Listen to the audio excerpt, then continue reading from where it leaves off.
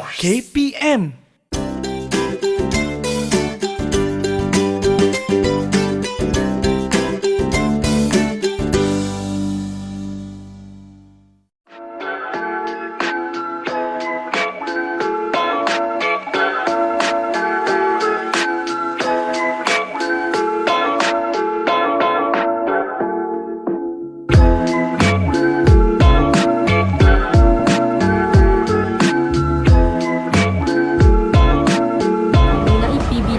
Saya pernah dengar melalui guru sekolah dan juga anak-anak. Tapi setakat ni saya kurang jelas tentang matlamat PBD itu sendiri. PBD. So kalau tanya saya berkenaan dengan PBD, pernah dengar. Tapi kalau tanya apa tu PBD dengan lebih jelas, saya memang tak pasti apa tu PBD. Tapi bila PBD dikaitkan dengan sekolah. Tapi saya tak pastilah apa tu PBD. PBD merupakan pentaksiran bilik darjah yang berlangsung secara berterusan sepanjang tempoh pembelajaran murid-murid di dalam kelas. So, jadi murid-murid akan diberi tahap pencapaian sesuai oleh guru-guru berdasarkan kemahiran. Okey, contohnya murid tu capai tahap 1, tahap 2, tahap 3, tahap 4 dan tahap 5 dan 6. Jadi jika murid-murid tu tidak mencapai tahap tu, cikgu-cikgu boleh juga mengajar dan nambah baik sehingga murid itu berjaya sampai tahap yang terbaik. Itulah pentaksiran bilik darjah secara menyeluruh dan lebih sesuai dengan keadaan sekarang ni. Assalamualaikum, apa khabar kepada anda yang sedang menonton Didik TV KPM bersama dengan saya Din, dan pada hari ini kita akan mengetahui lebih lanjut berkenaan dengan pentaksiran bilik darjah ataupun PBD, iaitu tahap penguasaan dan standard prestasi. Tapi sebelum itu, terlebih dahulu saya ingin memperkenalkan kepada anda guru bahasa isyarat kita pada hari ini, Cikgu Azliana. Selamat datang ke Didik TV KPM, Cikgu. Dan semestinya di sebelah saya, Cikgu Amran dari Pejabat Pendidikan Daerah Seremban Negeri Sembilan. Apa khabar, Cikgu? Selamat datang. Alhamdulillah. Sihat ya? Alhamdulillah sihat ni. Alhamdulillah. Sama-sama kita nak memberi manfaat kepada guru, ibu bapa dan juga murid-murid yang sedang menonton. Dan saya berikan kepada Cikgu untuk sesi kita pada hari ini. Silakan, Cikgu. Terima kasih, Din. Sama-sama. Sidang para penonton pada hari ini, saya akan menerangkan bagaimana tahap penguasaan dan standard prestasi pada para penonton hari ini. Okey. Seperti mana kita tengok iklan tadi, ibu bapa tertanya, apakah itu PBD? Apakah itu PBD? PBD itu merupakan kita katakan pentaksiran dalam bilik darjah. Pentaksiran dalam bilik darjah, di mana pentaksiran dalam bilik darjah ini dijalankan secara pentaksiran berterusan, iaitu dilakukan sepanjang tempoh PDP yang guru laksanakan dalam bilik darjah. Jadi apabila dia berterusan, kita boleh melihat dia pada perkembangan murid tersebut, kemajuan dia, kebolehan dia dan pencapaian dia. Di sini kita akan melihat peningkatan pada murid-murid tersebut. Jadi di sini kita dapati bahawa PBD ni sebenarnya lah kita nak mengumpulkan maklumat. Bila kita dah kumpulkan maklumat tersebut, kita akan menganalisis maklumat tersebut, perkembangan pada murid-murid yang kita ajar, dan kita akan melaksanakan satu tindakan susulan, iaitu kita akan melaksanakan intervensi pada pihak murid-murid kita. Jadi PBD ni sebenarnya untuk para ibu bapa, pengetahuan ibu bapa, kita tidak meletakkan pada perbandingan. Kita tak letakkan pada perbandingan pada setiap murid. Kita nak melihat kepada perkembangan. Iaitu perkembangan murid itu sendiri dalam tahap pembelajaran dia. Jika murid tersebut tidak mencapai pada setiap standard pembelajaran tersebut, kita akan melaksanakan intervensi dan menggunakan kaedah-kaedah pengajaran yang tertentu untuk memastikan murid-murid kita dapat menguasai standard pembelajaran ataupun kemahiran yang murid tersebut pelajari pada hari tersebut, dan dia berlaku secara berterusan. Jadi inilah sebenarnya apa yang kita katakan ialah tentang PBD. Jadi PBD ini kepentingan dia kita mengetahui keberkesanan PBD pada guru. Guru akan tahu bagaimana kaedah pengajaran dia dilaksanakan dan apakah intervensi yang dia nak buat. Dan pada masa yang sama, guru akan mengetahui pengetahuan sedia ada yang ada pada murid, dan guru boleh mengenal pasti kekuatan dan kelemahan serta menjalankan tindakan susulan yang sesuai dan serta-merta. Itu pada guru. Tetapi pada murid sendiri, murid akan dapat melihat perkembangan diri mereka dan dapat meningkatkan pembelajaran mereka berdasarkan standard pembelajaran yang mereka belajar. Jadi murid tahu apa kelemahan-kelemahan yang ada pada diri mereka dan mereka akan melaksanakan pengajaran dan pembelajaran itu di dalam bilik decah. Okey, Din. Baik, Cikgu Amran. Itu dia berkenaan dengan pentaksiran bilik darjah. Sebenarnya penting kepada murid-murid, ibu bapa dan juga guru-guru untuk mengetahui perkembangan murid-murid sebelum kita buat ada apa tadi dipanggil intervensi kan. Okey, kita kembali selepas ini. Terus saksikan Didik TV KPM.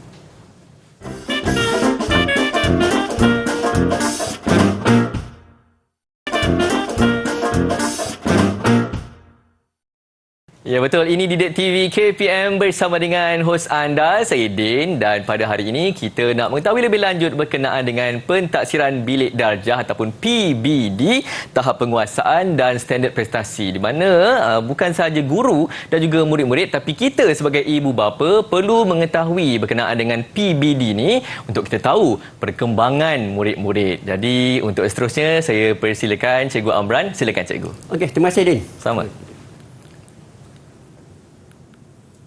Okey, tadi kita dah menerangkan tentang kepentingan dia. Sekarang kita melihat kepada tahap penguasaan. Iaitu dalam pentaksiran bilik darjah ini kita ada 6 tahap penguasaan. Yang tahap penguasaan ini kita pecahkan pada tahap penguasaan 1, tahap penguasaan 2, tahap penguasaan 3, tahap penguasaan 4, tahap penguasaan 5 dan tahap penguasaan 6. Jadi di sini nantilah apabila guru-guru mengajar berdasarkan pada standard pembelajaran tersebut, mereka akan diberi pada tahap penguasaan ini. Tetapi kita kena ingat, murid kita pelbagai kebolehan. Jadi kita telah cuba menetapkan tahap minimum pada TP3. Tetapi kena ingat pada ibu bapa dan pada guru, tahap 3 itu bukan kita letakkan tahap itu semestinya letak tahap 3. Tidak. Kalau murid itu tidak mencapai kepada kemahiran tersebut, mereka boleh diberi tahap 1 dan tahap 2. Tidak ada masalah. Memang tidak ada masalah. Cuma tahap 3 itu untuk memastikan intervensi yang kita buat, kita boleh laksanakan sekurang-kurangnya kita berusaha dalam 1 tahun persekolahan itu, murid dapat tahap 3, iaitu tahap minima itu. Jadi ini yang kita kena buat. Tetapi pada masa yang sama, kita kena juga lihat pada murid yang berada pada tahap 4, tahap 5 dan tahap 6. Kerana mereka juga perlu diberi intervensi.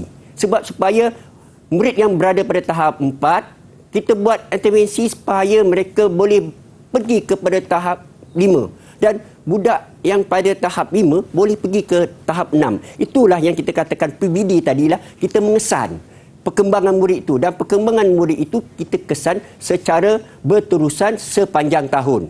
Jadi ini yang kita katakan faedahnya pentaksiran bilik darjah. Kita tidak menilai mereka berdasarkan kepada keputusan, tetapi kita melihat kepada perkembangan murid itu sendiri.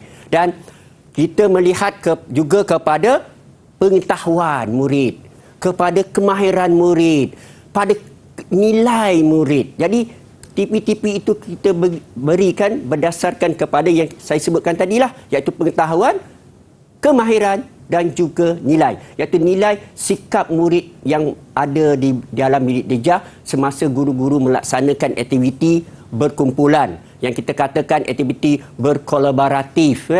Dan kita melihat juga pada komunikasi murid. Kita juga melihat kepada pemikiran kreatif dan kritis itu tadi. Yang kalau para guru dah jelas sekarang pada guru yang kita dalam konsep 4K 1N itu sendiri, iaitu N itulah yang kita akan titik beratkan dari segi nilai tersebut. Jadi dalam PBD ini tahap penguasaan itu adalah sangat penting kepada murid-murid kita. Okey, jadi apabila kita nak menentukan tahap PBD itu tahap keseluruhan, kita akan melihat kepada, kita akan selesaikan satu kelompok bidang ataupun tema ataupun kemahiran. Sebab setiap mata pelajaran tersebut, kalau contohnya saya melihat kepada bahasa Melayu, kalau dalam bahasa Melayu, kita melihat kepada kelompok kemahiran. Kita nak murid kita mahir, bercakap, seperti Din kan, mahir bercakap. Kita nak hasilkan murid yang sebegitu, murid yang mahir. Dan juga kita nak murid yang dapat bersoal jawab, mengeluarkan idea kreatif dan kritis. Jadi itu yang kita nak. Okay. Dan pada masa yang sama juga, kita akan juga melihat kepada tema. Contohnya dalam mata-mata pelajaran seperti mata pelajaran sains, matematik, dia berdasarkan kepada tema-tema tertentu atau kandung-kandungan tertentu. Contohnya nombor bulat, dia kena kuasai itu. Jadi selesai sahaja mereka mengajar pada satu kelompok, satu tema ataupun satu kemahiran tersebut, barulah tahap penguasaan itu diberikan kepada murid tersebut sepanjang tahun, dan tahap penguasaan itu boleh berubah, boleh berubah mengikut kemahiran ataupun mengikut ilmu yang mereka dapat. Okey, seterusnya inilah penyataan pada tahap penguasaan. Mari kita tengok tahap penguasaan 1, iaitu murid tahu perkara yang asas. Kalau kita lihat kepada yang ke tahap penguasaan 2, murid menunjukkan kefahaman. Okey, tahap penguasaan ketiga itu murid boleh menggunakan pengetahuan itu, dan pada yang 4 dia boleh mengguna pengetahuan dan melaksanakan. Nampak tak ada perbezaan-perbezaan antara tahap 1, 2, 3 dan 4, dan pada tahap 5 dia boleh melaksanakan kemahiran itu, dan pada tahap 6 dia dah menjadi contoh. Jadi ini yang kita perlukan kepada murid kita. Murid kita inilah pemimpin masa hadapan. Kita nak murid kita berpengetahuan ni dicontohi dan mereka dapat menerapkan nilai-nilai yang baik dalam PBD yang kita laksanakan dalam bilik darjah. Okey, Din. Baik, terima kasih juga Amran. Saya mahir berkomunikasi sekarang ni pun hasil daripada didikan cikgu di sekolah saya dulu. Terima kasih Cikgu Amran. Dan sekarang ni saya dapat rasa yang ada ibu bapa yang sedang menonton rancangan kita pada hari ini cuba nak menghubungi cikgu sekolah anak masing-masing, nak tahu anak saya tahap penguasaan dia berapa cikgu.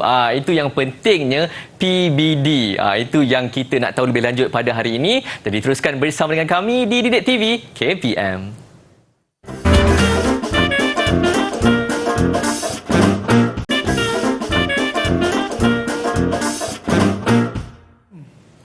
Ya, kepada yang sedang menonton, baik guru, ibu bapa ataupun murid-murid, hari ini kita nak mengetahui lebih lanjut berkenaan dengan pentaksiran bilik darjah, tahap penguasaan dan standard prestasi, di mana sangat-sangat penting perkara ini untuk kita mengetahui perkembangan murid-murid. Kita tahu ada 6 tahap penguasaan. Penting ibu bapa kena catat nota tu. Dan saya teruskan kepada Cikgu Amran. Silakan Cikgu. Okay, terima kasih, Din. Selamat. Lepas ni, Din, kita cuba akan memahami pula standard prestasi mata pelajaran. Dalam DSKP kita ada 3 standard, iaitu standard kandungan, standard pembelajaran dan juga kita ada standard prestasi. Mana-mana DSKP pun memang ada perkara yang sama. Jadi standard kandungan ini dia merupakan satu penyataan spesifik tentang perkara yang murid dapat ketahui dan boleh lakukan dalam satu tempoh persekolahan. Dia merangkumi aspek pengetahuan, kemahiran dan nilai yang saya jelaskan tadilah. Dan pada standard pembelajaran pula ialah satu penetapan atau kriteria atau indikator kualiti pembelajaran dan pencapaian yang boleh diukur bagi setiap standard kandungan. Dan apabila kedua-dua perkara ini telah dilaksanakan, iaitu standard kandungan dan standard prestasi ini telah dilaksanakan oleh guru, apabila hendak memberi tahap penguasaan, guru perlu merujuk kepada standard prestasi. Iaitu standard prestasi ini merupakan satu set kriteria umum yang menunjukkan tahap-tahap penguasaan yang perlu murid pamerkan sebagai tanda bahawa suatu perkara itu telah murid kuasai. Jadi, kalau kita lihat contoh di sini, Kita lihat contoh sini, saya bagi di sini lah contoh mata pelajaran bahasa Melayu, iaitu kemahiran mendengar dan mendengar dan bertutur. Apabila kita melihat kepada bahasa Melayu, tahap penguasaan dia ada 6. Okay? Ada 6 dan setiap penyataan dalam tahap itu adalah sama, tetapi dibezakan melalui apa? Pertama, pada tahap sangat terhad. Itu kita kena lihat. Mana TP1. Kalau anak kita dapat TP1, maksud dia pada tahap sangat terhad. Atau kita lihat pada tahap terhad. Okey? Kalau TP3, kita lihat pada tahap memuaskan. Okay, yang saya katakan tadi, minimum TP3 yang kita cuba dapat pada murid kita. Mana tahap murid itu memuaskan. Yang itu yang kita nak lakukan pada tahun persekolahan dia. Dan kalau kita lihat kepada TP4, ya, cara bertata susila pada tahap yang kukuh. Dia bertata susila dan tahap yang kukuh. Dan pada TP5, kita melihat dia dapat idea yang kritis dan kreatif dengan sebutan dan intonasi yang betul secara bertata susila pada tahap terperinci. Dan bila kita melihat kepada tahap 6, bila tahap 6 ini, murid ini dah ada apa? Kita lihat dia dapat apa? Menggunakan idea yang kritis dan kreatif dengan sebutan, intonasi yang betul, secara bertata susila pada tahap yang sangat terperinci. Konsisten. Konsisten tu. Dan menjadi model teladan. Jadi itulah yang kita nak hasilkan kepada murid-murid kita pada tahun persekolahan dia, berdasarkan tadi kepada standard kandungan dan juga pada standard pembelajaran, dan kita ukur mereka melalui standard prestasi tersebut. Jadi di sebelah kanan saya ini, kalau kita lihat, adalah contoh-contoh untuk standard prestasi mata pelajaran sejarah tingkatan 2, sains tahun 1 dan juga matematik tahun 1. Kalau kita lihat, tahap penguasaannya adalah berbeza dalam setiap mata pelajaran. Itu kita kena ingat, berbeza dalam setiap mata pelajaran. Okey, seterusnya Din. Kita cuba lihat kepada tahap penguasaan keseluruhan. Okey, tahap penguasaan keseluruhan ini, dia dalam KSSR dan KSSM, dia merupakan satu bentuk pencapaian yang menunjukkan perkembangan pembelajaran murid. Keseluruhan dia. Okay. Contohnya tadi, kalau kita melihat dalam bahasa Melayu tadi, keseluruhan dia murid itu apa yang boleh dia dapat dalam akhir sesi akademik itu tadi. Okay. Jadi kita akan keluarkan 2 pelaporan. Satu pelaporan pertengahan sesi akademik dan satu pelaporan lagi ialah akhir sesi akademik. Okay. Yang ini para ibu bapa perlu tahu. Guru-guru akan keluarkan 2 pelaporan ini. Okey. Apabila kita mengeluarkan pelaporan itu, tahap penguasaan keseluruhan ini, kita akan juga melihat kepada aspek kandungan tadi, pada kemahiran tadi, dan juga pada nilai murni. Itu yang kita akan bagikan pada tahap keseluruhan itu tadi. Kita nak tengok budak itu ada nilai atau tidak, bersasiah atau tidak, bagaimana keterampilan dia.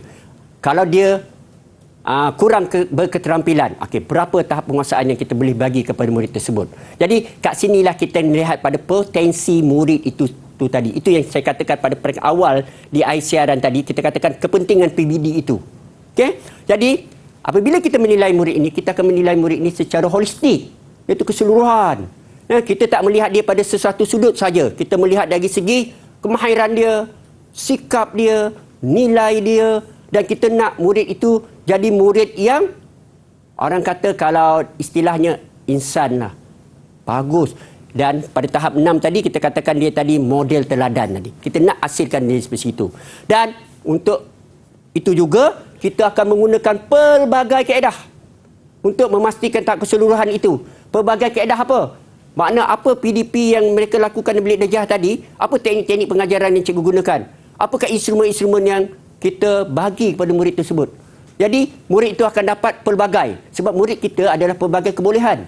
Dia ada kinestetiknya, ada audionya. Jadi, kita nak melihat perkara itu. Dan akhir sekali, kita akan buat pertimbangan profesional. Kita pertimbangan, dan pertimbangan ini berlaku dengan adanya perbincangan-perbincangan antara guru-guru mata pelajaran. Okey? Jadi, Cuba kita lihat, inilah satu contoh template pelaporan PBD mata pelajaran. Saya tunjukkan sinilah untuk mata pelajaran Bahasa Melayu. Cuba kita lihat. Kita lihat pada tahap penguasaan bagi setiap bidang tersebut, kalau kita lihat dia ada kemahiran mendengar bertutur, kita ada kemahiran membaca, kita ada kemahiran menulis, dan kesemua itu kita akan bagi satu tahap penguasaan keseluruhan apabila kita melihat seperti aspek yang saya tunjukkan pada peringkat awal tadi, secara holistik itu tadi. Yang kita akan tunjukkan dia apa kaedah-kaedah yang kita buat tadi. Jadi barulah kita tentukan pada tahap keseluruhan itu. Okey, yang inilah yang perlu masyarakat atau para penonton ketahui bagaimanakah guru-guru meletakkan setiap tahap penguasaan itu. Dan pelaporan ini boleh didapati oleh ibu bapa dengan pada guru-guru akan bekalkan pada ibu bapa lah untuk pelaporan ini. Okey, jadi kita ada tafsiran umum untuk pengajaran bahasa. Ini dah tafsiran umum pada tahap terhad, sangat terhad, memuaskan. Itu yang kita perlu ada, kita kena tahu. Yang ini kalau kita lihat kepada mata pelajaran matematik pula, pun sama. Kita mengimbaskan ahli tentang pengaturan asas matematik, menggunakan kemahiran, ada tak mereka boleh buat. Jadi di sinilah nanti guru-guru akan menentukan tahap penguasaan umum bagi mata pelajaran matematik tersebut. Jadi sebenarnya para guru di peringkat sekolah memang telah melaksanakan perkara-perkara ini dan masyarakat perlu ketahui bahawa tindakan-tindakan ini telah dilaksanakan pada peringkat sekolah. Dan kalau kita tengok sains pula, kita mengingat kembali pengetahuan kemahiran asas sains, tahap 1 saja. Kalau kita melihat kepada tahap 6-nya, dia dah boleh mereka cipta. Itu yang kita gunakan kaedah-kaedah projek, kaedah penyelesaian masalah, base learning yang kita laksanakan. Itu untuk apa tu? Untuk kita dapatkan murid itu kepada mereka cipta itu tadi. Okey. Dan Din, saya selesai untuk saya pada hari ini. Secara ringkasnya, perkongsian saya mengenai PBD, tahap penguasaan dan standard prestasi. Baik, terima kasih juga Amran. Saya rasa satu perkongsian yang sangat-sangat berguna kerana selain daripada saya rasa ibu bapa dan juga murid-murid, guru-guru di rumah pun dah cakna berkenaan dengan pentaksiran bilik darjah ni ataupun PBD. Mungkin selama ni kita duk dengar je PBD, tapi kita tahu macam mana dilakukan di sekolah-sekolah kan. Kita tahu tadi ada 6 tahap penguasaan TP kan. Din pun dah mahir dah tu. Saya pun dah mahir dah, tapi saya rasa macam nak masuk sekolah balik dah cikgu. Boleh. Boleh. Sebab sangat-sangat menarik. Jadi murid-murid perkembangannya kita boleh tahu perkembangannya, potensi murid-murid pun boleh kita capai di tahap maksimal. Sekali lagi terima kasih juga Amran dan sudi meluangkan masa pada hari ini. Dan kepada anda yang menonton, teruskan menonton Didik TV KPM. Assalamualaikum. Bye-bye.